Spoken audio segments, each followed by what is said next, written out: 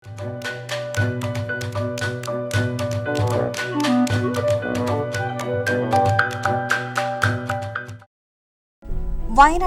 അക്ഷരഭൂമികയിൽ അക്ഷര തികവിന്റെ മാന്ത്രിക സ്പർശം തീർത്ത എഴുത്തുകാരി പ്രീത ജെ പ്രിയദർശിനി.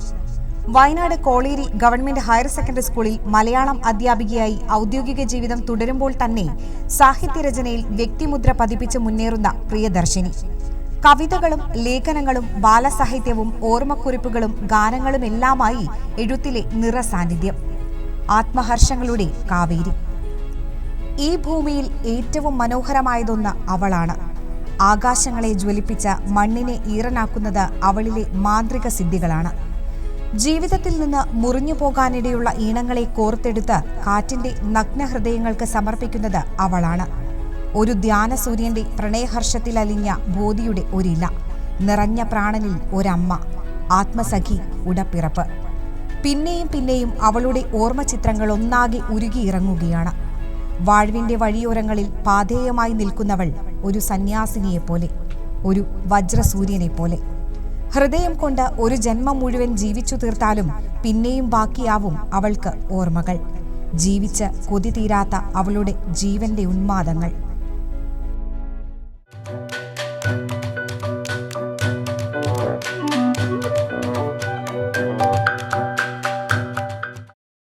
വയനാട്ടിലെ എഴുത്തുകാരെയും വായനക്കാരെയും ഗ്രന്ഥശാലകളെയും പരിചയപ്പെടുത്തുന്ന വയനാടിൻ്റെ അക്ഷരഭൂമിക എന്ന പരിപാടിയിലേക്ക് എല്ലാ പ്രേക്ഷകർക്കും വീണ്ടും സ്വാഗതം.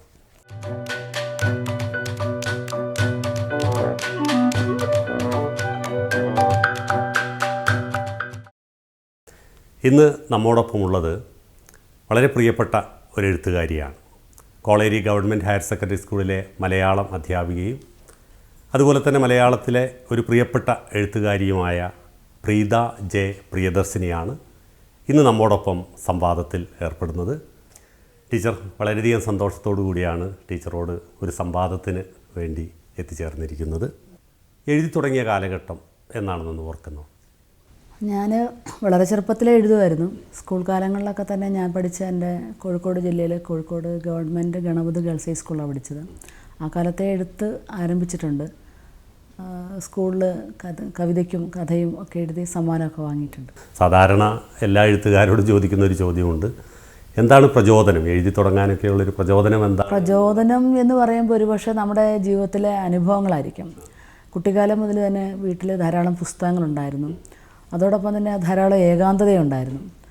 പിന്നെ അച്ഛനും അമ്മയും എഴുത്തിലും വായനയിലും ഒക്കെ ഉള്ള മനുഷ്യരായിരുന്നു. അപ്പം ആ ഒരു സാഹചര്യമായിരിക്കാം എഴുതാൻ പ്രേരിപ്പിച്ചത്. ഏകാന്തത എന്ന് സൂചിപ്പിച്ചത്? ഏകാന്തത എന്ന് സൂചിപ്പിച്ചത് പൊതുവേ വളരെ റിസർവ്ഡ് ആയിട്ടുള്ള ആൾക്കാരായിരുന്നു അച്ഛനും അമ്മയും. അപ്പോൾ നമുക്ക് വീട്ടിനകത്ത് മിണ്ടി പറയാനുള്ള സമയങ്ങളൊക്കെ വളരെ കുറവാണ്. ഏതാണ്ട് ഒരു കർശനമായ നിർദ്ദേശം വായനയിലും എഴുത്തിലും ഒക്കെ തന്നെ വായിച്ചുകൊണ്ടിരിക്കണം എന്നുള്ളതാണ്. അപ്പോൾ ആ ഒരു സാഹചര്യമായിരിക്കാം എന്നെ എഴുത്തിലേക്കും വായനയിലേക്കും എത്തിച്ചത്. ഒരുപക്ഷെ അന്ന് അച്ഛനമ്മമാരോട് കുറച്ചൊക്കെ പണക്കം തോന്നിയിട്ടുണ്ട്. ഒരു എഴുത്തുകാരിയുടെ രൂപത്തിൽ ധാരാളം വായിക്കാൻ പുസ്തകങ്ങൾ വീട്ടിൽ, ഞങ്ങളുടെ ഒരു വീട്ടിലെ ഒരു നയം എന്ന് പറയുന്നത് ആവശ്യത്തിന് ഭക്ഷണം, ആവശ്യത്തിന് വസ്ത്രം, ആവശ്യത്തിൽ കൂടുതൽ പുസ്തകം എന്നുള്ളതാണ്. അപ്പോൾ ഞാൻ എൻ്റെ ജീവിതത്തിലും ധാരാളം പുസ്തകങ്ങളെ എല്ലാ കാലത്തും ചേർത്ത് പിടിച്ചിട്ടുണ്ട്. ഞാൻ ഉറങ്ങുന്നത് തന്നെ ഏതാണ്ട് പുസ്തകം വായിച്ച് പുസ്തകത്തെ കൂടെ കൊണ്ടു നടന്നു തന്നെയാണ്. പക്ഷേ പുതിയ കാലഘട്ടത്തിൽ നമ്മൾ ചിന്തിക്കുമ്പോൾ ഇതിന് മാറ്റങ്ങൾ വന്നു അല്ലേ? കൂടുതൽ വസ്ത്രങ്ങൾ, കൂടുതൽ ഭക്ഷണം, കുറച്ച് പുസ്തകങ്ങൾ, ആ ഒരു തരത്തിലേക്ക് മാറിയിട്ടുണ്ടോ നമ്മുടെ പുതിയ കാലശീലം? പുതിയ കാലത്ത് അതൊരു കുറ്റമെന്ന് പറയാൻ പറ്റില്ല. പുതിയ കാലം അങ്ങനെയാണ്. പുതിയ കാലത്തിൻ്റെ ഒരു ഡിസൈനിങ് അങ്ങനെയാണ്. അത് നമ്മൾ സാങ്കേതികമായിട്ട് ലോകം മാറിയിട്ടുണ്ട്. പിന്നെ പഴയ കാലത്തെ തരത്തിലുള്ള, ഇപ്പോൾ നമ്മൾ ദസ്തോവ്സ്കിയെയോ അല്ലെങ്കിൽ ടോൾസ്റ്റോയിയെയോ മാക്സിം ഗോർക്കിയോ ഒക്കെ വായിക്കുന്ന ഒരു തലമുറ ഇനി ഉണ്ടാവില്ല. വളരെ പരിമിതമായിരിക്കും. അപ്പോൾ അത്ര ആഴത്തിലുള്ള വായനയൊന്നും പ്രോത്സാഹിക്കപ്പെടുന്നില്ല. പുതിയ കാലത്ത് വളരെ പെട്ടെന്ന് വായിച്ചു തീർക്കാവുന്ന പുസ്തകങ്ങളൊക്കെ വായിക്കുക, അങ്ങനെയൊക്കെയുള്ള രീതിയിലേക്ക് ആളുകൾ മാറിയിട്ടുണ്ട്. അപ്പം നമ്മളെയൊക്കെ നിർബന്ധിച്ച് അച്ഛനൊക്കെ വായിപ്പിച്ചിട്ടുണ്ട്. വീട്ടിലെല്ലാവരും വായിപ്പിക്കാൻ അങ്ങനെ പറഞ്ഞിട്ടുണ്ട്. അതുകൊണ്ട് തന്നെ നമ്മൾ മറ്റു ലോകങ്ങളില്ല. വീട്ടിലാകെ ഉണ്ടായിരുന്ന റേഡിയോയാണ്. റേഡിയോ കേൾക്കുന്നതും പാട്ട് കേൾക്കുന്നതും ഒന്നും വായനയ്ക്ക് തടസ്സമായിരുന്നില്ല. അപ്പോൾ അതുകൊണ്ട് നമ്മൾ പൂർണ്ണമായിട്ടും, പിന്നെ നമുക്ക് അയൽപക്ക ബന്ധങ്ങൾ, സൗഹൃദങ്ങളൊക്കെ പരിമിതപ്പെടുത്തിയിരുന്നു. അതുകൊണ്ട് നമ്മൾ തീക്ഷ്ണമായ വായനയിലേക്ക് വന്നു. അതേതായാലും നേരത്തെ സൂചിപ്പിച്ചതുപോലെ വലിയൊരു അനുഗ്രഹമായി. ആദ്യമായിട്ട് ഞാൻ എഴുതിയത് എന്ന് ചോദിക്കുന്നില്ല, കാരണം ഒരു പക്ഷേ ഓർമ്മയിൽ നിന്ന് ചിലപ്പോൾ നഷ്ടപ്പെട്ടു പോയിട്ടുണ്ടാകാം. എങ്കിലും ആദ്യമായി പ്രസിദ്ധീകരിച്ച സാഹിത്യകൃതി ഏതാണ്? ഞാൻ ആദ്യം പ്രസിദ്ധീകരിച്ചത് പൊതുവെ എഴുത്തിൻ്റെ എല്ലാ കാര്യങ്ങളിലും മുന്നോട്ട് വരാൻ മടിയുള്ള ഒരാളാണ്.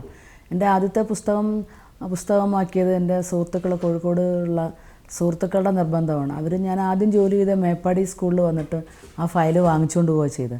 ആദ്യത്തെ പുസ്തകം ഓർമ്മയിൽ ഒളിപ്പിച്ച മറവികൾ എന്ന് പറയുന്ന ഒരു കാവ്യസമാഹാരമാണ്. അത് ഞാൻ പല കാലത്തും കുറിച്ച് വെച്ച കവിതകളാണ്. അതിന് മുമ്പ് ചെറിയ പ്രസിദ്ധീകരണങ്ങളിലൊക്കെ കവിതകളൊക്കെ എഴുതിയിട്ടുണ്ടായിരുന്നു. പാട്ടുകളാണ് കുറേ കൂടി അക്കാലത്ത് ശക്തമായിട്ട് എഴുതിയത്.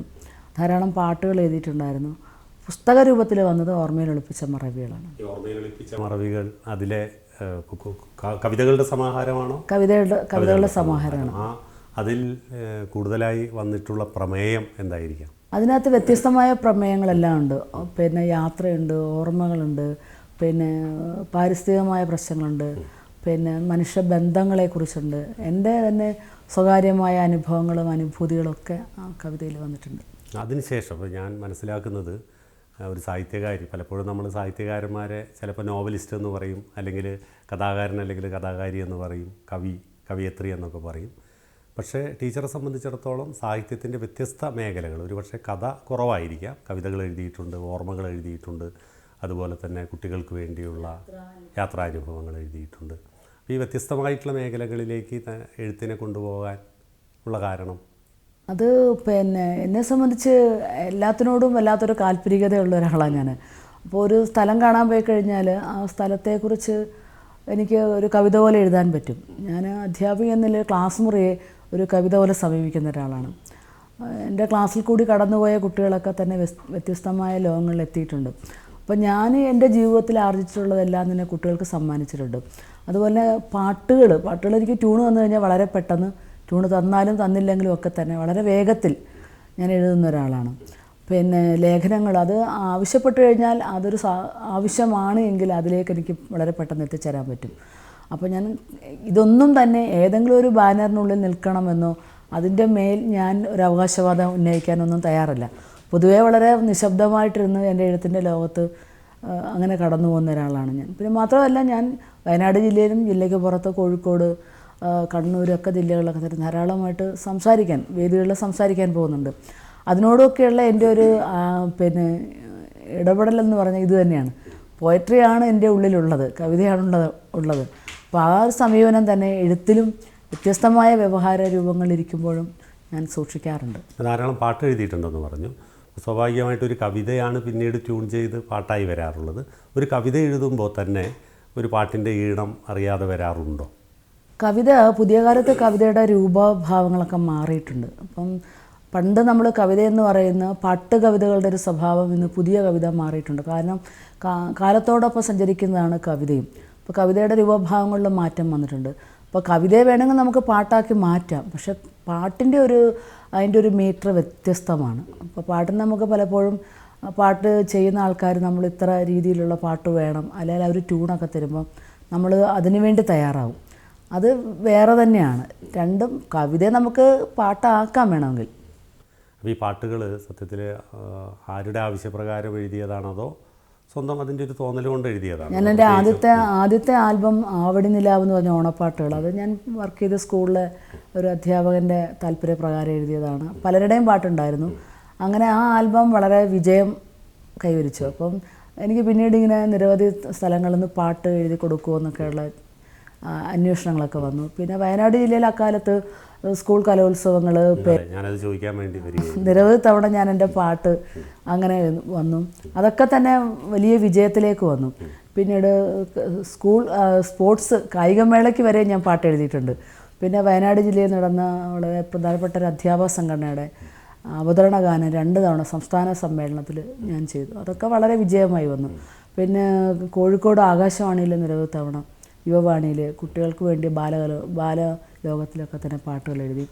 ഈ പാട്ടുകളെല്ലാം തന്നെ പിന്നീട് കുട്ടികൾ ഇത് കലോത്സവ വേദികളിൽ ജില്ലയിലും സംസ്ഥാനത്തും ഒക്കെ പാടി സമ്മാനം വാങ്ങി മത്സരങ്ങളിലേക്ക് എത്തിച്ചേർന്നു. ഇപ്പം അത് പിന്നെ അല്ലാതെ തന്നെ ആളുകൾ അത് പാട്ട് പാടുന്നുണ്ട്. ആ പാട്ടുകളെ പലപ്പോഴും വളരെ പ്രസിദ്ധമായ പാട്ടുകൾ ആരുടേതാണ് എന്ന് അങ്ങനെ എനിക്ക് സംഭവിച്ചിട്ടുണ്ട്. ചില ഒരു പ്രധാനപ്പെട്ട ചാനലിൽ എൻ്റെ പാട്ട് അതുപോലെ വന്നു.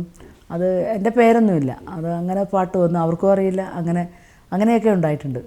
അല്ല, സത്യത്തിൽ ഇത്തരത്തിലുള്ള പരിചയപ്പെടുത്തലുകൾ അതിൻ്റെ ഒരു വ്യക്തതയ്ക്ക് കൂടി വേണ്ടിയാണ്. കാരണം അറിയപ്പെടുന്ന നിരവധി സാഹിത്യകാരന്മാർ, എഴുത്തുകാർ ഒക്കെ നമ്മുടെ ചുറ്റുവട്ടത്തും ഒക്കെയുണ്ട്. ടീച്ചർ ആദ്യം സൂചിപ്പിച്ചതുപോലെ ഇപ്പോൾ വീടിൻ്റെ ചില പ്രത്യേക സാഹചര്യങ്ങൾ കൊണ്ട് ഒതുങ്ങിപ്പോയി അങ്ങനെ മാത്രം എഴുതാൻ മാത്രം ആഗ്രഹിച്ച പലരും സാഹിത്യലോകത്ത് അവരുടെ പുസ്തകങ്ങൾ അല്ലെങ്കിൽ അവരുടെ കൃതികളുടെ മനോഹാരിത കൊണ്ട് പ്രാധാന്യമർഹിക്കുന്നവരാണ്. അവരെയൊക്കെ പരിചയപ്പെടുത്തുക എന്നുള്ളത് ഏറ്റവും പ്രധാനപ്പെട്ട ഒരു കാര്യമാണ്. ടീച്ചറെ പരിചയപ്പെടുത്തേണ്ട ഒരു ആവശ്യകതയൊന്നും ഇല്ലാത്തതാണ്. എങ്കിലും പുസ്തകങ്ങൾ നമ്മൾക്ക് പരിചയപ്പെടുത്തിയേ പറ്റൂ. അതുപോലെ തന്നെ 3 കവിതകളാണ്, 3 കവിതാ സമാഹാരങ്ങളാണ് തോന്നുന്നു അല്ലേ എഴുതിയിട്ടുള്ളത്. അതിന് വ്യത്യസ്ത ഭാവങ്ങളാണ് ഉള്ളതെന്നും പറഞ്ഞു. പിന്നെ ഒരു ഓർമ്മ എന്ന് പറയുന്നത് അല്ലെങ്കിൽ ഓർമ്മയുടെ ഒരു പുസ്തകം എഴുതിയിട്ടുണ്ടല്ലോ. അപ്പോൾ എൻ്റെ ആദ്യത്തെ കവിത ഓർമ്മയിൽ ഒളിപ്പിച്ച മറവികൾ, രണ്ടാമത്തത് എൻ്റെ ഒരു സുഹൃത്താണ് വയനാട് ജില്ലയിൽ തന്നെയുള്ള നിയതം ബുക്സ് നടത്തുന്ന ജിജോ എന്ന് പറയും. അദ്ദേഹത്തിന് വേണ്ടി ചെയ്ത പ്രണയ കവിതകളുടെ ഒരു കളക്ഷനാണ് അത്. എം എൻ കാരശ്ശേരി മാഷൊക്കെ ആ പുസ്തകം കണ്ടിട്ട് പറഞ്ഞത് അതിമനോഹരമായൊരു പുസ്തകമാണ്. പക്ഷേ ഈ പുസ്തകങ്ങളൊന്നും തന്നെ വേണ്ട രീതിയിൽ എനിക്ക് ചിലപ്പോൾ തോന്നാറുണ്ട് ശ്രദ്ധിക്കപ്പെട്ടിട്ടില്ല എന്ന് തോന്നുന്നു. ഒരുപക്ഷെ ചെറിയ പ്രസാധകർ ചെയ്തതുകൊണ്ടായിരിക്കാം. പിന്നെ മൂന്നാമത്തെ കാവ്യ സമാഹാരം ഹൈക്യൂകളാണ്. അത് നമ്മുടെ നീർമാതളം അനിൽ കുറ്റിച്ചിറയുടെ അദ്ദേഹം അതൊരു ഞാൻ എഴുതി പൂർത്തിയാക്കുന്നതിന് മുമ്പ് തന്നെ എൻ്റെ കയ്യിൽ നിന്ന് ബലമായി വാങ്ങിച്ചു കൊണ്ടുപോയി ചെയ്തൊരു പുസ്തകം. കുറേ കൂടെ അത് ഉൾപ്പെടുത്താമായിരുന്നു. എനിക്ക് എഴുതാനിരിക്കുകയാണെങ്കിൽ ഞാൻ ഒരുപാട് വരികൾ വളരെ പെട്ടെന്ന് എഴുതും. അതിന് ഒരു നിശബ്ദത കയ്യിലുണ്ടായാൽ മതി. ഒരു സമയവും സാഹചര്യമൊക്കെ ഉണ്ട്, പെട്ടെന്ന് എനിക്ക് ഒരുപാട് സത്യമാണ്. ടീച്ചറുടെ പുസ്തകങ്ങളിലൂടെ കടന്നു ചെല്ലുമ്പോൾ അതിലെ വരികൾക്ക് ഒരു വല്ലാത്ത ഭാവതലമുണ്ട്. കാരണം സാധാരണ പ്രയോഗിക്കുന്ന വാക്കുകളെക്കാൾ വരും. ഇപ്പോൾ ഒരു ഹൈക്കു കവിതകളെ കുറിച്ച് പറഞ്ഞല്ലോ, ജാപ്പാനീസ് മോഡലാണ്. അത് പ്രത്യേകിച്ചും പ്രേക്ഷകർക്ക് അതിനെക്കുറിച്ച് ഒരു വലിയ ബോധ്യം ഉണ്ടാവില്ല. അതെന്താണെന്ന് കൂടി ഒന്ന്. അത് ഈ 2 വരി 3 വരിയിലൊക്കെയുള്ള ചെറിയ കവിതകളാണ്. പക്ഷെ അത് പ്രയാസം എഴുതാൻ 3 വരിക്കുള്ള ഒരു ആശയത്തെ ഉൾപ്പെടുത്തുക എന്ന് പറയുന്നത് വളരെ പ്രയാസം ചെയ്ത രീതിയാണ്. കുഞ്ഞുണ്ണി മാഷ് പറയുന്ന പോലെ അദ്ദേഹത്തിൻ്റെ കവിതയുടെ ഒരു രീതിയാണ്. പക്ഷേ അത് എന്നോട് അത്തരം ഒരു എഴുത്ത് വേണമെന്ന് അദ്ദേഹം ആവശ്യപ്പെട്ടപ്പോൾ വളരെ കുറച്ച് ദിവസം കൊണ്ടാണ് ഞാനത് എഴുതി കൊടുത്തത്.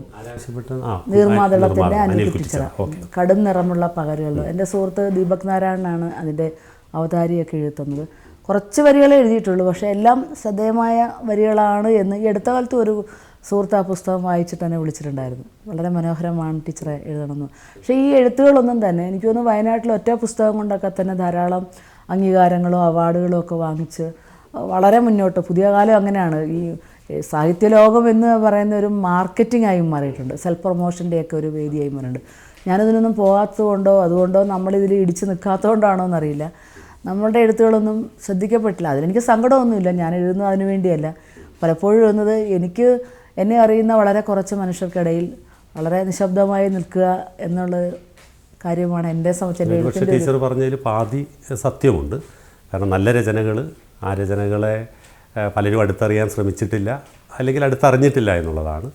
ഒറ്റ പുസ്തകങ്ങൾ കൊണ്ട് താനാണ് സാഹിത്യലോകം കീഴടക്കിയത് എന്നുള്ള ഭാവത്തിൽ നടക്കുന്നവരും നമ്മുടെ ലോകത്തില്ല എന്നല്ല. പക്ഷേ എഴുത്തിനെ നമ്മൾ കുറച്ച് കാണേണ്ട ആവശ്യമില്ല. അപ്പോൾ ഈ ഹൈക്യു കവിതകളിൽ പ്രത്യേകിച്ചും ഞാനതിനെ നോക്കിയപ്പോൾ കേവലം 2-3 വരികളിൽ വിശാലമായ അർത്ഥതലങ്ങളെ ഉൾക്കൊള്ളുന്നു. അപ്പോൾ അത്തരം ഒരു അവസ്ഥ അത് എല്ലാ എഴുത്തുകാർക്കും കിട്ടുന്ന ഒരു കാര്യമില്ല. അതെങ്ങനെയായിരിക്കാം സംഭവിച്ചിട്ടുണ്ടാകുക? അത് ഞാൻ പറഞ്ഞല്ലോ, ഇങ്ങനെ ഹൈക്കു ആണ് എഴുതണമെന്ന് പറഞ്ഞപ്പോൾ എനിക്കത് എഴുതാൻ പ്രയാസമില്ല. എൻ്റെ ഓർമ്മയിൽ ഒളിപ്പിച്ച മറവികളിലും കുഞ്ഞു കവിതകളുണ്ട്. പിന്നെ അത്തരം കവിതകൾ എഴുതാൻ എനിക്ക് കഴിയുമെന്ന് എനിക്ക് നേരത്തെ അറിയാം, പറ്റിയിട്ടുണ്ട്. അതുകൊണ്ട് ഞാൻ അതുപോലെ ചെയ്തു. പിന്നെ ആത്മവർഷങ്ങളുടെ കാവേരി, ഓർമ്മയുടെ പുസ്തകം, അത് ഞാൻ ഏറ്റവും കൂടുതൽ കാലം ജീവിച്ച ഒരിടം മേപ്പാടിയാണ്. മേപ്പാടിയിലെ എൻ്റെ ഒരു കാലം എന്ന് പറഞ്ഞാൽ എൻ്റെ ഏറ്റവും ഊർജ്ജസ്വലമായ ഒരു കാലവും പ്രായവും. പിന്നെ ഞാൻ പലപ്പോഴും വളരെ വൈകാരികമായിട്ടാണ് ഈ ലോകത്തോട് എൻ്റെ ഒരു പ്രതികരണം, ഇടപെടലെന്ന് പറയുന്നത്. അപ്പോൾ അക്കാലത്ത് എൻ്റെ ക്ലാസ്സിലിരുന്ന കുട്ടികൾ, എന്നെ കേട്ട മനുഷ്യർ, പിന്നെ എൻ്റെ ക്ലാസ് മുറിയിൽ കൂടി ലോകത്തിൻ്റെ വ്യത്യസ്ത ഇടങ്ങളിലേക്ക് വളർന്നു പോയ കുഞ്ഞുങ്ങൾ, അതുപോലെ തന്നെ സങ്കടങ്ങൾ മാത്രം കൈമുതലായുള്ള കുട്ടികൾ, അവരുടെ രക്ഷിതാക്കൾ, പല കുട്ടികളുടെ അമ്മമാരുടെ കണ്ണുനീര് വീണ് എൻ്റെ കൈ നനഞ്ഞിട്ടുണ്ട്. അപ്പോൾ അത്തരം അനുഭവങ്ങളൊക്കെ എഴുതാതെ എനിക്ക് മുന്നോട്ട് പോകാൻ പറ്റിയില്ല എന്ന് തോന്നി. അതുപോലെ തന്നെ അവിടുത്തെ മനുഷ്യർ മാത്രമല്ല, അവിടുത്തെ പ്രകൃതിയും, പിന്നെ അതുപോലെ തന്നെ കൽപ്പറ്റയിൽ കണ്ടിട്ടുള്ള മനുഷ്യർ, സുഹൃത്തുക്കൾ, എനിക്ക് ഏറ്റവും ഇഷ്ടപ്പെട്ടുള്ള ചില പാട്ടുകൾ, ഞാൻ നടന്നുപോയ ചില വഴികൾ, ഇടവഴികൾ, പിന്നെ അങ്ങനെ പലതിനെക്കുറിച്ചും ചേർത്തെഴുതിയൊരു പുസ്തകമാണ് ആത്മവർഷങ്ങളുടെ കാവേരി. കാവേരി എഴുതാനുള്ളൊരു കാരണം എന്ന് വെച്ചാൽ ഞാൻ പിന്നീട് കുറേ കാലം എൻ്റെ ഏറ്റവും അടുത്ത ചില സുഹൃത്തുക്കൾക്കൊപ്പം കാവേരിയുടെ തീരങ്ങൾ കൂടി സഞ്ചരിച്ചിട്ടുണ്ടായിരുന്നു. ഓക്കെ, അദ്ദേഹത്തിൻ്റെ അതുപോലെ അദ്ദേഹം കണ്ടത് അതിൻ്റെ ചരിത്രമാണെങ്കിൽ ഞാനതിൻ്റെ വൈകാരിക തലങ്ങളാണ് കണ്ടത്. അപ്പം കാവേരിയുമായി ബന്ധപ്പെട്ടൊരു മിത്ത് തന്നെയുണ്ട്. കാവേരി എന്ന് പറയുന്നത് പണ്ടൊരു അവളൊരു സ്ത്രീ ആയിരുന്നുവെന്നും അവളെ അഗസ്ത്യൻ സ്നേഹിച്ചുവെന്നും അയാൾ വിവാഹം കഴിച്ചു കൊണ്ടുപോയിട്ട് പിന്നീട് അയാൾ കൂടെ ഇല്ലാതിരുന്ന സമയത്ത് അയാൾ നദിയായി പ്രവഹിച്ചു എന്ന് പറയുന്നത് കാവേരി. അപ്പോൾ അയാൾ ചോദിക്കുകയാണ്, നീ എന്താണ് എന്നെ ഇട്ടുപോയത് ചോദിക്കുമ്പോൾ പറയണം, എനിക്ക് 2 സ്വത്വമുണ്ട്, ഒന്ന് ശരീരവും ഒന്ന് മനസ്സുമാണ്, എൻ്റെ മനസ്സാണ് ഈ ഒഴുകുന്നതെന്ന് പറയുന്നുണ്ട്. അപ്പോൾ ഒരു മിത്തിക്കൽ കഥയാണ്. ആ കഥയിൽ നിന്നാണ് ഞാൻ എൻ്റെ പുസ്തകത്തിന് ആത്മകർഷങ്ങളുടെ കാവേരി എന്ന് വായിക്കുക. ഒരുപക്ഷെ അതിനുള്ളിലേക്ക് പോകുമ്പോൾ അതൊരു പദ്യമാണ്, ചിലപ്പോൾ കവിതയാണെന്ന് തോന്നും. ഗദ്യത്തിനുള്ളിൽ ഒളിപ്പിച്ചു വെച്ച ഒരു കവിതയുടെ ആത്മകർഷങ്ങളുടെ കാവേരിക്കുണ്ട്.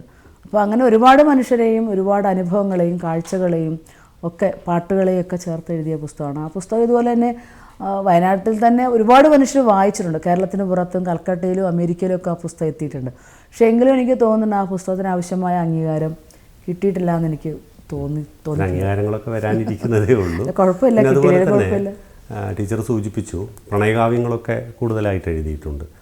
അപ്പം വിദ്യാർത്ഥികളുമായിട്ട് ഏറെ സംവദിക്കുന്ന, ഒരുപക്ഷെ നേരത്തെ സൂചിപ്പിച്ചതുപോലെ തന്നെ വിദ്യാർത്ഥികളുടെ പ്രയാസങ്ങളും സങ്കടങ്ങളും അവരുടെ കഴിവും ഒക്കെ തിരിച്ചറിയാൻ കഴിയുന്നവരാണ് അധ്യാപകർ.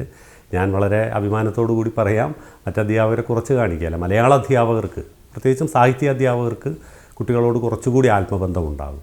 അപ്പോൾ അത്തരം തിരിച്ചറിവുകളിൽ നിന്ന് ഈ പുതിയ കാലഘട്ടത്തിലെ പ്രണയവും പഴയ കാലഘട്ടത്തിലെ പ്രണയവും ഇപ്പോൾ കവിതകളിലേക്ക് വരുമ്പോൾ, അല്ലാതെ മറ്റു കാര്യങ്ങളുമായി ബന്ധപ്പെടുത്തിയല്ല, അതിനെങ്ങനെയാണ് നോക്കിക്കാണുന്നത്? ഇപ്പോൾ പുതിയ കാലഘട്ടത്തിലൊരു വല്ലാത്ത പ്രശ്നങ്ങൾ നിലനിൽക്കുന്നുണ്ടല്ലോ.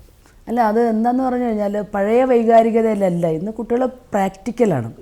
ഇപ്പം കുട്ടികൾ കത്തെഴുതുമ്പോൾ പണ്ട് കാലത്ത് എൻ്റെ പ്രിയപ്പെട്ട ഓമനെ എന്നൊക്കെ പറയുന്ന ആ ഭാഷയൊക്കെ കുട്ടികൾ ഉപേക്ഷിച്ചിട്ടുണ്ട്.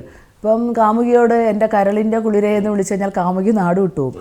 ഇന്ന് അത്തരമൊന്നുമില്ല. കാരണം ഇന്ന് കുട്ടികൾക്ക് കുറേ കൂടി മനസ്സുകൊണ്ട് ശരീരം കൊണ്ടും അടുത്ത് പെരുമാറാൻ ഇടപെടാനുള്ള സാഹചര്യം കിട്ടിയിട്ടുണ്ട്. അപ്പം നമ്മളെയൊക്കെ പോലുള്ളവരുടെ കാലത്തൊന്ന് സ്നേഹിക്കണമെങ്കിൽ തന്നെ അത് ഉണ്ടെങ്കിൽ തന്നെ പറയാനും അത് പ്രകടിപ്പിക്കാനും ഒക്കെയുള്ള അവസരങ്ങൾ കുറവാണ്. അതുകൊണ്ട് ആ മാറ്റം ഭാഷയിലും ഉണ്ടായിട്ടുണ്ട്, അത് സാഹിത്യത്തിലും ഉണ്ടായിട്ടുണ്ട്. ഇപ്പം ചാൾസ് ഡാർവിൻ്റെ പരിണാമ സിദ്ധാന്തം സാഹിത്യത്തെ വലിയ അർത്ഥത്തിൽ സ്വാധീനിച്ചിട്ടുണ്ട്. 19-ാം നൂറ്റാണ്ടിലുണ്ടായിട്ടുള്ള വ്യവസായ വിപ്ലവം സാഹിത്യത്തിൻ്റെയും മനുഷ്യജീവിതത്തെയും അട്ടിമറിച്ച ഒന്നാണ്. മനുഷ്യബന്ധങ്ങളിൽ വിച്ഛേദനം ഉണ്ടാക്കിയൊരു കാലമാണ്. അപ്പോൾ ഇതൊക്കെ തന്നെ കവിതയാണ് ഏറ്റവും കൂടുതൽ മനുഷ്യ ജീവിതത്തിൻ്റെ എല്ലാ തരത്തിലുള്ള മാറ്റങ്ങളെ ഏറ്റെടുക്കുന്ന ഒരു വ്യവഹാര രൂപം എന്ന് പറയുന്നത്. അപ്പോൾ കവിതയ്ക്കുള്ളിൽ പണ്ട് കാലത്ത് ഒരാൾ ഉദാഹരണമായിട്ട് പറയുകയാണെങ്കിൽ അയ്യപ്പൻ്റെ ഒരു മനോഹരമായ വരികളുണ്ട്. കാറപകടത്തിൽപ്പെട്ട് മരിച്ചവൻ്റെ ചോരയിൽ ചവിട്ടിയ ആൾക്കൂട്ടം നിൽക്കെ, മരിച്ചവൻ്റെ കീശയിൽ നിന്ന് തെറിച്ചു വീണ 5 രൂപ നോട്ടിലാണ് എൻ്റെ കണ്ണ്. ഇത് യഥാർത്ഥത്തിൽ മനുഷ്യൻ്റെ ഉള്ളിലുണ്ടായിട്ടുള്ള ബന്ധങ്ങളിലുണ്ടായിട്ടുള്ള മാറ്റമാണ്. മരിച്ചവൻ്റെ കീശയിൽ നിന്ന് തെറിച്ചു വീണ നോട്ടെടുക്കാൻ വേണ്ടി കൊതിക്കുന്ന മനസ്സായിട്ട് പുതിയ കാലത്തെ മനുഷ്യർ മാറിയിട്ടുണ്ട്. ബന്ധങ്ങൾ എല്ലാത്തരം ബന്ധങ്ങളിലും ഈ വിച്ഛേദനം ഉണ്ടായിട്ടുണ്ട്. ഇനി ഇതൊക്കെ നമുക്ക് തിരിച്ചു പിടിക്കാൻ പറ്റുമെന്ന് പറയാൻ പറ്റില്ല. അപ്പോൾ ഇത് പ്രണയത്തിലും ഉണ്ടായിട്ടുണ്ട്. പഴയ കാലത്ത് ഇപ്പോൾ നമ്മൾ കാഞ്ചനമാലയുടെയും മൊയ്തീൻ്റെയും ആ പ്രണയമൊന്നും ഇനി ഉണ്ടാവില്ല. അത് മാത്രമല്ല, പ്രണയമെന്ന് പറയുന്നത് തന്നെ പുതിയ കാലത്തൊരു സംഭവമാണ്. പണ്ടത്തെ മനുഷ്യരൊക്കെ ഒറ്റപ്പെട്ടു പോയ മനുഷ്യൻ്റെ ഏകാന്തതയാണ് അവനെ ബന്ധങ്ങളിലേക്കും പ്രണയത്തിലേക്കും നയിക്കുന്നത്. ആ ഒരു റിയാലിറ്റി എന്ന സമൂഹം അംഗീകരിക്കേണ്ടതുണ്ട്. പക്ഷെ ആ റിയാലിറ്റി പോലും അത് ശരീരത്തിലേക്ക് കൂടുതൽ കേന്ദ്രീകരിക്കപ്പെട്ടിട്ടുണ്ട്. അപ്പോൾ അതുകൊണ്ട് തന്നെ കുട്ടികളിലും ഈ മാറ്റമുണ്ട്. കുട്ടികളെ നമുക്കിതിൽ നിന്നും മാറ്റി നിർത്താൻ പറ്റില്ല, അവർ ഈ ലോകത്ത് ജീവിക്കുന്നവരാണ്. അപ്പോൾ അതുകൊണ്ടാണ് ഈ പ്രണയത്തിൻ്റെ വൈകാരിക തലങ്ങളെ കുഞ്ഞുങ്ങളും മറ്റു തരത്തിൽ കാണുന്നത്. അവർ മറ്റൊരർത്ഥത്തിൽ ജീവിതത്തിലേക്ക് തിരഞ്ഞെടുപ്പ് നടത്തുമ്പോൾ പ്രണയത്തിൽ നിന്ന് മാറി ഇനി വളരെ കുറഞ്ഞ പ്രണയം ഉണ്ടാവുകയും അത് വിവാഹത്തിലെത്തിയാലും കുറഞ്ഞ കാലം കഴിയുമ്പോഴേക്കും ചിലപ്പോൾ ആ ബന്ധങ്ങളൊക്കെ ഇല്ലാതായി പോവുകയും ചെയ്യും. അതുപോലെ തന്നെ കുട്ടികൾക്ക് വേണ്ടി കഥകൾ എഴുതിയിട്ടുണ്ടല്ലോ. കുട്ടികൾക്ക് വേണ്ടി എന്ന് പറഞ്ഞു കഴിഞ്ഞാൽ എൻ്റെ ഏറ്റവും അവസാനം വന്ന പുസ്തകം കേരള ബാലസാഹിത്യ ഇൻസ്റ്റിറ്റ്യൂട്ട് പീലിയുടെ ആകാശം എന്ന് പറഞ്ഞൊരു പുസ്തകം ഇറക്കുന്നത്. അതെൻ്റെ മകളുടെ കുഞ്ഞിൻ്റെ ഒരു അനുഭവത്തിൽ നിന്നാണ്. അപ്പം അവളുടെ പേര് ഞാൻ വിളിക്കുന്നത് പീലി എന്നാണ്. അപ്പോൾ അവൾ എൻ്റെ ഒരു ഉള്ളടക്കമുള്ളൊരു കുട്ടിയാണ്.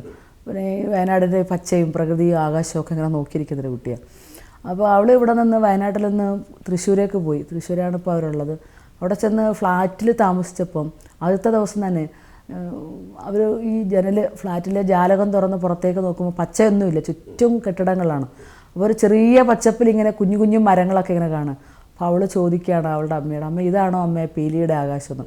അത് ശരിക്കും പറഞ്ഞാൽ എനിക്ക് വല്ലാത്തൊരു സംഘർഷം ഉണ്ടാക്കി. ഒരു കുട്ടിക്ക് എങ്ങനെയാണ് അവളുടെ ജീവിത പരിസരങ്ങളിൽ നിന്ന് പച്ചയും സ്നേഹത്തിൻ്റെ നിറങ്ങളും ഒക്കെ നഷ്ടപ്പെട്ടു പോകുന്നതെന്ന് ഉള്ള ഒരു വലിയൊരു ഉത്കണ്ഠയിൽ നിന്നാണ് നമ്മൾ പഠിപ്പിച്ചിട്ടുണ്ട്. ഗബ്രിയേൽ ഗാർസിയ മാർക്കസിൻ്റെ ഒരു പാഠഭാഗം ഉണ്ടല്ലോ, അതുപോലെ തന്നെ 2 കുട്ടികൾ തങ്ങളുടെ നാട്ടിൽ നിന്ന് പ്രകാശം ജലം പോലെയാണ് എന്ന് പറയുന്ന കഥ. അതിനകത്ത് അവർ താമസിച്ച തുറമുഖ പട്ടണത്തിലായിരുന്നു. പിന്നീട് ചെല്ലുന്നിടത്ത് വെള്ളമില്ല. അപ്പോൾ കുട്ടികൾ ഭാവനയിൽ അവിടെ മാജിക്കൽ റിയലിസം കൊണ്ടുവന്നൊരു കഥ അതുപോലെ തന്നെയാണ്. അപ്പം അതിൽ നിന്നാണ് പീലിയുടെ ആകാശം ഞാൻ എഴുതുന്നത്.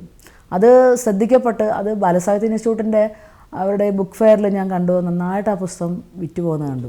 കാരണം ഞാൻ പലപ്പോഴും ഇത്തരത്തിലുള്ള എഴുത്തുകാരുമായിട്ട് സംവദിക്കുമ്പോൾ എപ്പോഴും പറയുന്നൊരു കാര്യമാണ്, മറ്റ് സാഹിത്യരചന പോലെയല്ല ഈ ബാലസാഹിത്യം എന്ന് പറയുന്നത്. വളരെ പ്രയാസമാണ്. പുറത്തുനിന്ന് കാണുന്നവർക്ക് അത് വളരെ നിസ്സാരമായിട്ടുള്ള ഒന്നാണ്.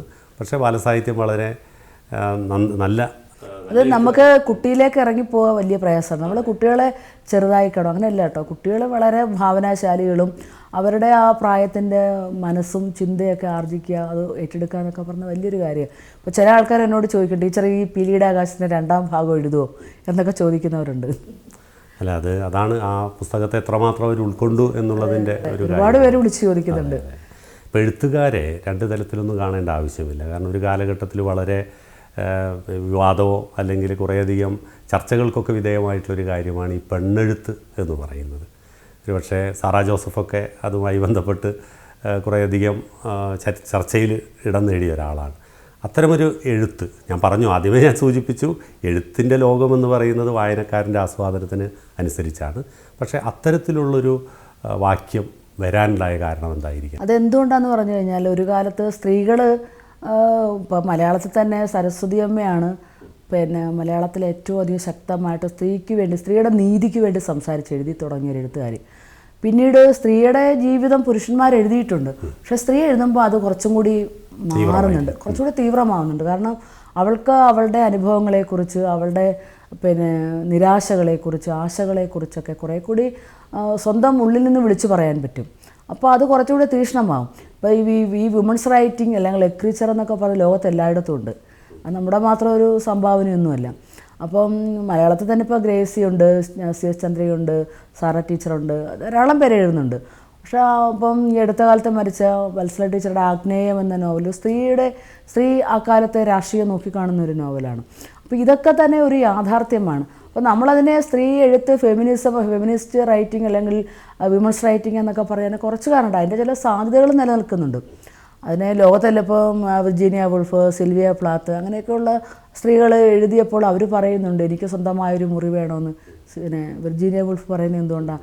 ഒരു മുറി എന്ന് പറഞ്ഞാൽ അവർക്ക് അവരുടെ ഇടം വേണം, സ്പേസ് വേണമെന്നാണ്. ഗീതാ ഹിരണ്യൻ എന്ന് പറയുന്ന മരിച്ചുപോയ എഴുത്തുകാരി ഒരിക്കൽ പറയുന്നുണ്ട്, ഞാൻ വീട്ടിലെല്ലാവരും ഉറങ്ങിക്കഴിയുമ്പോൾ എനിക്കൊരു എഴുത്തുമേശ പോലുമില്ല, ഇരിക്കുന്ന കസേരയുടെ കയ്യിൽ ഒരു റൈറ്റിംഗ് പാഡ് വെച്ചാണ് ഞാൻ എഴുതിയിരുന്നത്. അപ്പോൾ അവിടെ അവരുടെ ഒരു എഴുത്തിൻ്റെ ഉള്ളിലുള്ള അവരുടെ ഒരു സങ്കടമാണ് അവരെ പറയുന്നത്.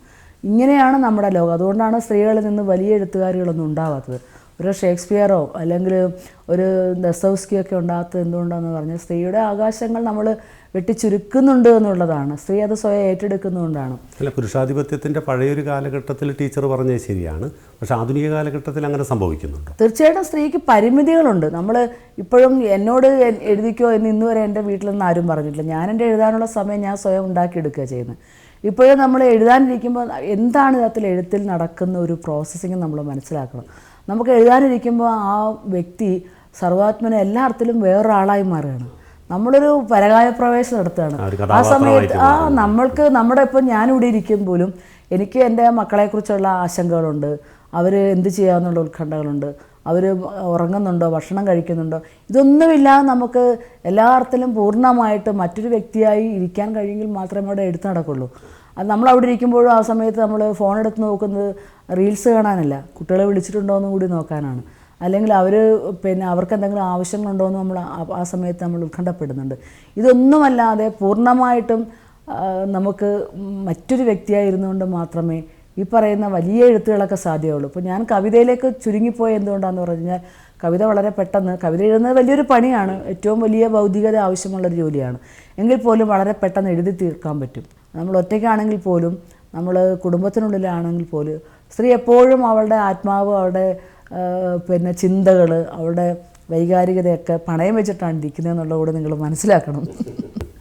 അത് അത്തരം ഞങ്ങൾക്കത് അങ്ങനെ തുറന്ന് സമ്മതിക്കാൻ കഴിയില്ല. കാരണം ആധുനിക കാലഘട്ടം കുറേ കൂടി സ്ത്രീകൾക്ക് പ്രാധാന്യം കൊടുക്കുന്ന ഒരു കാലഘട്ടം. തീർച്ചയായിട്ടും ഉണ്ട്. എന്നോട് ഈ അടുത്ത കാലത്ത് എൻ്റെ ഒരു സുഹൃത്ത് ചോദിച്ചു, സ്ത്രീകൾക്ക് ഇനിയിപ്പോൾ എന്തിനാണ് സ്ത്രീകൾക്ക് വേണ്ടി സംസാരിക്കേണ്ട ആവശ്യമുണ്ട്, അവർക്ക് ഒരുപാട് അവകാശങ്ങളില്ലേ, അവർക്ക് സൗകര്യങ്ങളില്ലേ, എല്ലാം ഉപയോഗപ്പെടുത്തുന്നില്ല എന്നുള്ളതല്ലേ? അല്ല, അതെന്താ വെച്ചാൽ സ്ത്രീ അവൾക്കുള്ളിൽ കിട്ടുന്ന അവളുടെ സ്വാതന്ത്ര്യത്തെ സ്ത്രീ അറിയുന്നില്ല എന്നുള്ളതാണ്. പിന്നെ അവൾക്കത് സ്വയം പുറത്തെടുക്കാൻ ഭയമുണ്ട്. അവളിപ്പോഴും ഈ ലോകത്തെ ഭയക്കുന്നുണ്ട്. പൂർണ്ണമായിട്ട് സ്ത്രീയുടെ ആത്മാവിന്, അവളുടെ സ്വത്വത്തെ തിരിച്ചറിഞ്ഞുകൊണ്ട് അവൾക്ക് അവളുടേതായ രീതിയിൽ ജീവിക്കാൻ പറ്റുന്ന ഒരു ലോകമൊന്നും ഇപ്പോഴും ആയിട്ടൊന്നുമില്ല. നമ്മൾ എന്തുകൊണ്ടാണ് ഇപ്പോഴും നമ്മൾക്ക് നിയമം ഉണ്ട് എന്ന് ഓർമ്മപ്പെടുത്തേണ്ടി വരുന്നത്? സമൂഹത്തെ ഓർമ്മപ്പെടുത്തേണ്ടി വരികയാണ് ഇതുണ്ട് എന്നുള്ളത്, അല്ലേ? ചിലപ്പോൾ എന്നോട് വിയോജിപ്പുള്ള പല മനുഷ്യരും ഉണ്ടാകും. പക്ഷെ നമ്മൾ അതിനുള്ളിലേക്ക് ഇറങ്ങി പൂർണ്ണമായിട്ടും അതിനുള്ളിലേക്ക് നിന്ന് ഒരു സ്ത്രീയുടെ ശരീരത്തിനുള്ളിൽ കയറി നിന്നുകൊണ്ട് പിന്നെ നമ്മളതിനെക്കുറിച്ച് മനസ്സിലാക്കണം. ആറ്റൂർ എഴുതുന്നുണ്ടല്ലോ, ഒരു കുറ്റിച്ചൂല്, ഒരു നാറാത്തേപ്പ്, ഞണങ്ങിയ വക്കാർന്നൊരു കഞ്ഞിപ്പാത്രം, ഇല്ലേ? അതെപ്പോഴും പ്രസക്തമാണ്. അത് ഇപ്പോൾ സ്ത്രീക്ക് പിന്നെ നന്നായിട്ട് വീട്ടിനുള്ളിൽ നിന്ന് പുറത്തേക്ക് നമ്മൾ നല്ല വസ്ത്രമൊക്കെ കൊടുത്ത് പോയി ജോലി ചെയ്ത് തിരിച്ചു വരുന്നുണ്ടെങ്കിൽ നമ്മൾ തിരിച്ചു വരുന്ന വീട്ടിനകത്തേക്ക് തന്നെയാണ്. വീട് എല്ലായ്പ്പോഴും സ്ത്രീയെ അത്രത്തോളം ഒന്നും പരിഗണിക്കുന്ന ഒരിടമാണെന്ന് തോന്നില്ല. ഒരുപാട് സ്ത്രീകൾ ഇപ്പോഴും അവളെ പല അർത്ഥത്തിലും കോംപ്രമൈസ് ചെയ്തുകൊണ്ട് ജീവിക്കുന്നുണ്ട് വീട്ടിനുള്ളിൽ. അതുകൂടി നമ്മൾ മനസ്സിലാക്കണം. പിന്നെ എഴുത്ത് എന്ന് പറയുന്നത് പഴയ കാലത്ത് എഴുതിയതുപോലെ, ഇപ്പം ലളിതാംബികാന്തർജനം പറയുന്നുണ്ട്, ഞാൻ എഴുതുമ്പോഴെപ്പോഴും അടുക്കളയിൽ പണിയെടുക്കുമ്പോഴെപ്പോഴും ഒരു കൊച്ചു പെൻസിൽ കൂടി എൻ്റെ പിന്നെ അടുക്കളയിൽ സൂക്ഷിക്കാറുണ്ടെന്ന് പറയുന്നുണ്ട്. അതെന്തിനാണ്? അതൊക്കെ ഇപ്പോഴും പ്രസക്തമാണ്. എന്തായാലും മാറ്റങ്ങൾ ഉണ്ടാകട്ടെ വീണ്ടും. തീർച്ചയായിട്ടും ഈ മാറ്റങ്ങളുണ്ടാവും. അത് ആ മാറ്റം എങ്ങനെയാണ് എന്നുള്ളതിനാണ് എനിക്കൊരു ചെറിയ ആശങ്കയുള്ളത്.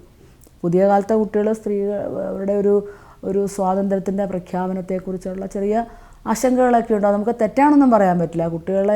കുട്ടികളെ ഒരിക്കലും നമുക്ക് ചുരുക്കി കാണാൻ പറ്റില്ല. അവരവരുടേതായ അവകാശങ്ങൾ നേടുന്നു. ഇപ്പോൾ ഈ അടുത്ത കാലത്ത് വന്നല്ലോ, മാതൃഭൂമി എങ്ങാണ്ട് നടത്തിയൊരു സർവേ, നമ്മുടെ കേരളത്തിലെ പെൺകുട്ടികൾ വിവാഹം കഴിക്കാൻ ഇഷ്ടപ്പെടുന്നില്ല. കേട്ടിട്ടുണ്ടാവില്ലേ? അതെ. എന്തുകൊണ്ടാണ് അതിനൊന്ന് കൃത്യമായി വിശകലനം ചെയ്യേണ്ടതുണ്ട്. വിവാഹം എന്ന് പറയുന്ന ഒരു സാമൂഹിക സ്ഥാപനത്തെ കുട്ടികൾ എന്തുകൊണ്ടാണ് ഭയക്കുന്നതെന്ന് നമ്മൾ തിരിച്ചറിയേണ്ടതുണ്ട്. അത് മാത്രമാണോ അത് അവരുടെ സ്വാതന്ത്ര്യത്തിന് വേണ്ടി? അല്ല, അതിനകത്തൊരു ഭയം കൂടി ഉണ്ട് എന്നുള്ളതാണ്. അവരുടെ സ്വാതന്ത്ര്യത്തെ ചിലപ്പോൾ അവർക്ക് അവിടെ പണയം വെക്കേണ്ടി വരുന്നു എന്നുള്ള ചിലപ്പോൾ തിരിച്ചറിവിൻ്റെ കൂടി ഭാഗമായിരിക്കാം അത്. കുടുംബം തികച്ചും ഒരു സ്ത്രീ എന്നുള്ള രീതിയിൽ ചോദിക്കാം, അതൊരു പണയം വെക്കലാണോ? അല്ല, ഞാൻ പറയട്ടെ, ഞാൻ ഈ കുടുംബത്തിനുള്ളിൽ കുടുംബത്തെ ഏറ്റവും അധികം സ്വപ്നം പോലെ കൊണ്ടു നടന്ന ഒരാളാണ്. വീട് ഏറ്റവും ഭംഗിയായി വെക്കുക, ഏറ്റവും രുചികരമായി കറികളുണ്ടാക്കി വീട്ടിലുള്ളവർക്ക് വെച്ച് വിളമ്പിക്കൊണ്ടിരുന്ന ഒരാളാണ് ഞാൻ. എനിക്കതിൻ്റെ സന്തോഷം ഞാൻ അനുഭവിച്ചിട്ടുണ്ട്. പിന്നെ അതുപോലെ സുഹൃത്തുക്കൾക്കും വീട് ഏറ്റവും നന്നായിട്ട് നല്ല മനോഹരമായ ജാലക വിരികൾ, അതിലും മനോഹരമായ കിടക്ക വിരികൾ ഏറ്റവും സുന്ദരമായിട്ട് അലങ്കരിച്ച് വെക്കുക, വീട്ടിലുള്ളവരുടെ സന്തോഷമൊക്കെ കൃത്യമായിട്ട് തിരിച്ചറിഞ്ഞ് അതിൽ കൂടി കടന്നു വന്ന ഒരാളാണ്. വീട് മോശപ്പെട്ടൊരിടമാണെന്നല്ല ഞാൻ പറഞ്ഞത്. പക്ഷേ കുടുംബത്തിനുള്ളിൽ സ്ത്രീക്ക് കുറച്ചും കൂടി അവളുടെ സ്വയം നിർണയ അവകാശം ഉണ്ടായിരിക്കേണ്ടതുണ്ട് എന്ന് ഞാൻ തിരിച്ചറിയുന്നുണ്ട്. അത് തീർച്ചയായിട്ടും വേണം. അപ്പം കുടുംബത്തെ നമുക്ക് മോശപ്പെട്ടൊരിടമാണെന്നല്ല പറയുന്നത്. വൈലോപ്പിള്ളി പറയുന്നുണ്ട്, പിന്നെ നയമെത്ര അഭിനയമെത്ര, നിയമം നിറവേറ്റൽ എത്രയാണ് ഈ ദാമ്പത്യത്തിൽ, കുഴിച്ച് നാം അനിഷ്ടസ്മൃതികൾ തൻ അഴുക്കു പരതി ചെന്നെത്തുന്നു നരകത്തിൽ. അദ്ദേഹം അത് വളരെ വർഷങ്ങൾക്ക് മുമ്പ് കണ്ടത്. എങ്ങനെയാണ് ഈ നരകം രൂപപ്പെട്ടത് നമ്മൾ പരിശോധിക്കേണ്ടതുണ്ട്. സ്ത്രീ മാത്രം കോംപ്രമൈസ് ചെയ്യേണ്ട ഒരിടമല്ല കുടുംബം. കുടുംബത്തിനുള്ളിൽ സ്ത്രീക്കും പുരുഷനും ഒക്കെ തന്നെ തുല്യമായിട്ടുള്ള ഉത്തരവാദിത്തങ്ങളുണ്ട് എന്നുള്ളതാണ്. കുഞ്ഞുങ്ങളുടെ കാര്യത്തിലാണേലും സാമ്പത്തികമായ കാര്യങ്ങളാണേലും കുടുംബത്തിൻ്റെ മുന്നോട്ടുള്ള യാത്രകളിലാണേലും ഒക്കെ ഉണ്ട്. അപ്പോൾ കുറേ കൂടി സ്ത്രീയും പുരുഷനും ഒന്നിച്ച് ഒരു സ്പേസിലേക്ക് ഇറങ്ങി നിന്നുകൊണ്ട് ആഹ്ലാദപൂർവ്വം കൊണ്ടുപോകേണ്ട ഒരിടമാണ്. അതെ, കാലങ്ങളായി ഇപ്പോൾ പറഞ്ഞുകൊണ്ടിരിക്കുന്നൊരു കാര്യമാണ്. മറ്റൊരു കാര്യം, ഇപ്പോൾ കവിതകൾ എഴുതിയിട്ടുണ്ട്, ഓർമ്മകൾ, അതുപോലെ തന്നെ ബാലസാഹിത്യ കൃതികളൊക്കെ എഴുതി കഴിഞ്ഞു. ഈ കഥയിലേക്ക് അധികം വന്നിട്ടില്ല എന്നുള്ളൊരു തോന്നലുണ്ട്. കഥയിലേക്ക് വന്നിട്ടില്ല, അത് ഞാൻ പറഞ്ഞല്ലോ. കഥയ്ക്ക് വലിയ ഊർജ്ജം ആവശ്യമാണ് എഴുത്തിന്. അപ്പം ഞാനിപ്പം തുടങ്ങിയിട്ടുണ്ട്. അപ്പോൾ തുടങ്ങിയപ്പോൾ തന്നെ എനിക്ക് കഥ എഴുതുമ്പോൾ വെച്ചാൽ നമ്മുടെ കുറേ കൂടി നമ്മുടെ ജീവിതവും നമ്മുടെ ആത്മാംശങ്ങളും നമ്മൾക്ക് ചുറ്റുമുള്ള മനുഷ്യരുമൊക്കെ അതിലേക്ക് വല്ലാതെ കയറി വരും.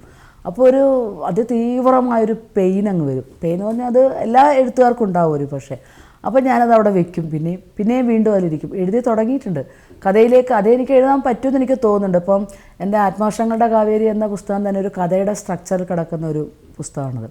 അപ്പോൾ എൻ്റെ സുഹൃത്ത് പിന്നെ എഴുത്തുകാരനും നോവലിസ്റ്റും ഒക്കെ ആയിട്ടുള്ള സോമൻ കടലൂർ പറഞ്ഞിട്ടുണ്ട്, പ്രീതയ്ക്ക് കഥ എഴുതാൻ പറ്റും, പ്രീതയുടെ കാവേരി എന്ന പുസ്തകം തന്നെ ഓരോ കുറിപ്പും കഥയാണെന്ന് പറയാറുണ്ട്. അപ്പോൾ എനിക്ക് പറ്റുമെന്ന് എനിക്കറിയാം. പക്ഷെ ഇതാണ് നമുക്ക് സ്കൂള് നമ്മുടെ ജീവിതത്തെ വളരെയേറെ നമ്മുടെ സമയം അപഹരിക്കുന്നൊരിടമാണ്. പ്രത്യേകിച്ചും പുതിയ കാലത്ത് സ്കൂൾ ജീവിതം എന്ന് പറഞ്ഞു കഴിഞ്ഞാൽ നമ്മൾ ഒരുപാട് സമയം കുഞ്ഞുങ്ങളുടെയും സ്കൂളിൻ്റെ അകത്തുമൊക്കെ നമ്മുടെ ചിന്തയും നമ്മുടെ എനർജിയൊക്കെ വിനിയോഗിക്കണം. അതൊക്കെ കഴിഞ്ഞ് വൈകുന്നേരം കുറച്ച് സമയം, അല്ലെങ്കിൽ ഞാൻ പൂർണ്ണമായിട്ടും കുറേ സമയം ലീവ് എടുക്കണം.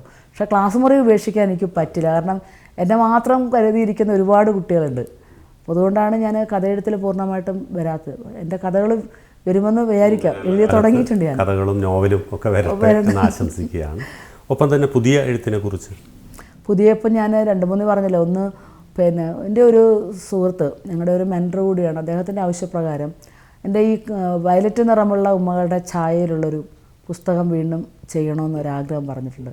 അപ്പോൾ അത് ഞാൻ അതിന് വേണ്ടിയിട്ട് ഈ അടുത്ത കാലത്ത് ഞാൻ കുത്തിയത് സൂഫിസം എന്ന് പറയുന്നൊരു വല്ലാത്തൊരു സ്നേഹധാരയുണ്ടല്ലോ. ഇസ്ലാം ദർശനത്തിലെ വലിയൊരു വൈഹമ്മദ് ബഷീറെ കൊണ്ട് അനർഘ നിമിഷമൊക്കെ ആ ഒരു ഛായയിൽ വന്ന ഒരു എഴുത്താണ്.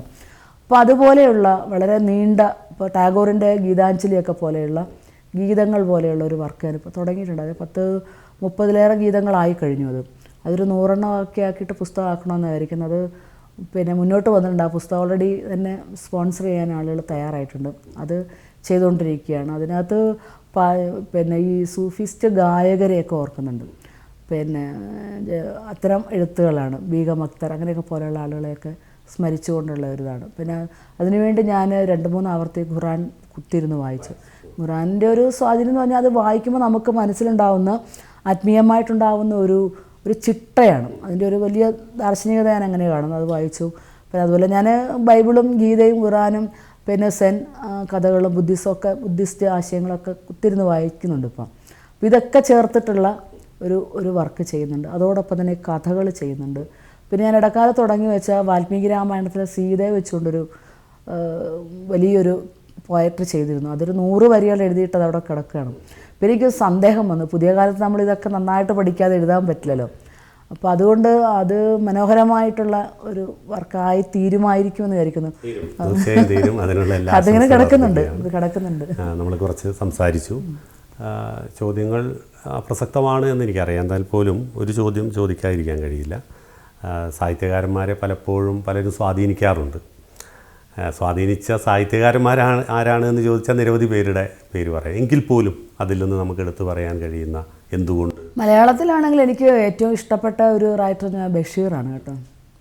എന്തുകൊണ്ടാണെന്നറിയില്ല, ഞാൻ ബഷീറിനെ വായിക്കുകയും ഞാൻ എൻ്റെ പല വേദികളിലും ബഷീറിനെ കുറിച്ച് പറയാറുണ്ട്. അദ്ദേഹം ഒരു സാധാരണ മനുഷ്യനാണ്, പക്ഷേ എന്നാലൊരു അസാധാരണ മനുഷ്യനും അസാധാരണമായി എഴുതുന്ന ഒരു വലിയ മനുഷ്യനാണ് ബഷീർ. അതേപോലെ തന്നെ എനിക്ക് ലോക സാഹിത്യത്തിൽ ഏറ്റവും ഇഷ്ടം ദസ്തോവ്സ്കിയാണ്. ദസ്തോവ്സ്കിയുടെ എഴുത്തുകൾക്കുള്ളിലൊരു വേദന അദ്ദേഹം എപ്പോഴും ഇങ്ങനെ കൊണ്ടു നടക്കുന്നുണ്ട്.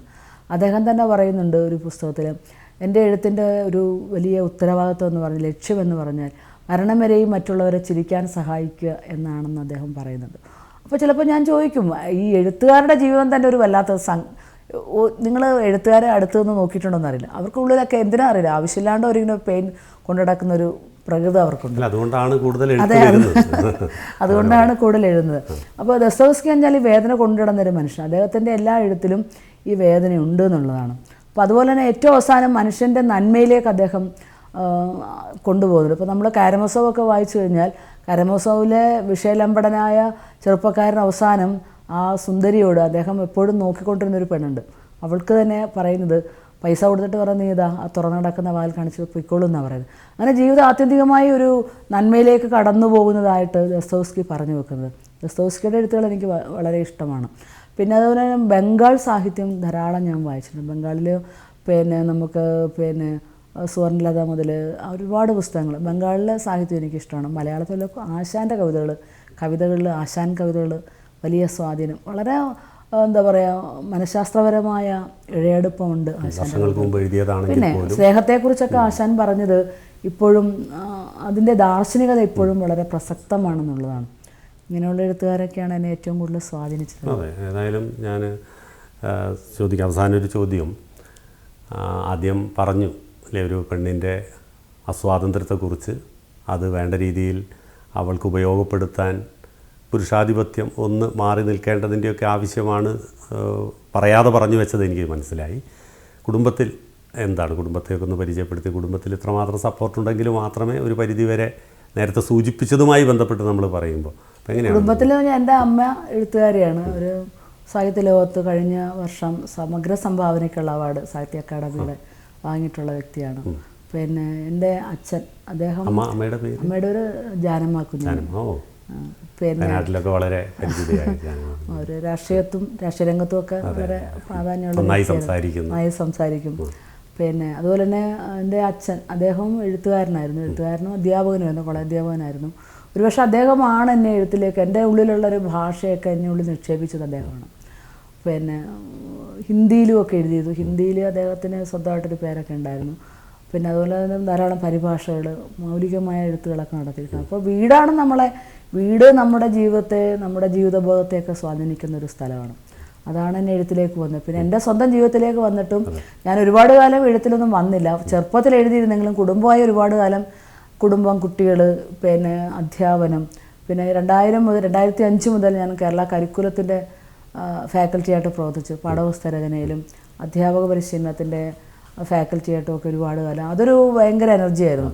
അപ്പോൾ അങ്ങനെ കുറേ കാലം പോയി. പിന്നെ വയനാട്ടിലെ അധ്യാപക സംഘടനയായിട്ട് ബന്ധപ്പെട്ട കുറേ കാലം അതിൻ്റെ ഒരു പിന്നെ സന്തോഷമൊക്കെ ആയിട്ട് കുറേ കാലം കഴിഞ്ഞു. അത് ഭർത്താവ് എഴുത്തിലൊക്കെ നന്നായി സപ്പോർട്ട് ചെയ്യുന്ന മനുഷ്യനാണ്. അതിനുശേഷം പിന്നീട് ഈ അടുത്ത കാലത്താണ് എനിക്ക് തോന്നുന്നൊരു 10 വർഷമായിട്ടുള്ളൂ ഞാൻ എഴുത്തിലേക്ക് വന്നിട്ട്. അതും മടിയുണ്ട്, അസാധാരണമായ മടി എൻ്റെ ഉള്ളിലുണ്ട്. അതുകൊണ്ട് എഴുതണമെന്ന് നന്നായി തോന്നുമ്പോൾ ഇടയ്ക്ക് പിന്നെ ദേശാഭിമാനിന്ന് ഷിബു മുഹമ്മദ് വിളിക്കും, പ്രീത കവിതയൊന്നും വായിച്ചിട്ടില്ല എന്ന് പറയും. അല്ലെങ്കിൽ മറ്റാരെങ്കിലും ഒന്ന് ചോദിക്കും, നീ എഴുതുന്നില്ല ചോദിക്കുമ്പോൾ അപ്പോൾ വേണമെങ്കിൽ എഴുതിയിട്ടൊരു കവിത ഒന്ന് റെഡിയാക്കി അയച്ചു കൊടുക്കും. അല്ലെങ്കിൽ ആരെങ്കിലും നിർബന്ധിക്കണം. ഇപ്പോൾ മത്സര ടീച്ചറെക്കുറിച്ച് എഴുതാനുണ്ട്, അങ്ങനെ കുറേ വർക്കുകൾ പെൻഡിങ് കിടക്കുന്നുണ്ട്. അല്ലാത്ത അലസതയുണ്ട്. ഏതായാലും ആ അലസതകളെല്ലാം മാറ്റിവെച്ച്, അത് കേവലം വയനാട്ടിലെ എഴുത്തുകാർക്കല്ല, നമ്മുടെ എല്ലാ വായനക്കാർക്കുമായിട്ട് ടീച്ചറുടെ കൂടുതൽ രചനകൾ വരട്ടെ എന്ന് ആത്മാർത്ഥമായിട്ട് ആശംസിക്കുകയാണ്. കാരണം ടീച്ചറുമായി സംസാരിക്കുമ്പോൾ യഥാർത്ഥത്തിൽ ഒരു എഴുത്തുകാരിയുടെ, ഒരു സാഹിത്യകാരിയുടെ പൂർണ്ണത ഞങ്ങൾക്ക് തോന്നുകയാണ്. അപ്പം അതുകൊണ്ട് തന്നെ ഇനിയും കുറേയധികം എഴുതാനുള്ള സാഹചര്യം ഉണ്ടാകട്ടെ, അതിനുവേണ്ടി പ്രാർത്ഥിക്കുകയാണ്. എല്ലാ ആശംസകളും അർപ്പിക്കുകയാണ്. ഇന്ന് നമ്മോടൊപ്പം പ്രിയപ്പെട്ട എഴുത്തുകാരി പ്രീത ജെ പ്രിയദർശിനിയായിരുന്നു. അവർ അവരുടെ ജീവിതാനുഭവങ്ങൾ പങ്കുവച്ചു. അതുപോലെ തന്നെ അവരുടെ പുസ്തകങ്ങളെക്കുറിച്ചും വളരെ മനോഹരമായി സംസാരിച്ചു. തുടർന്ന് മറ്റൊരു എപ്പിസോഡിൽ മറ്റൊരു പ്രതിനിധിയുമായി എത്തും. നന്ദി, നമസ്കാരം.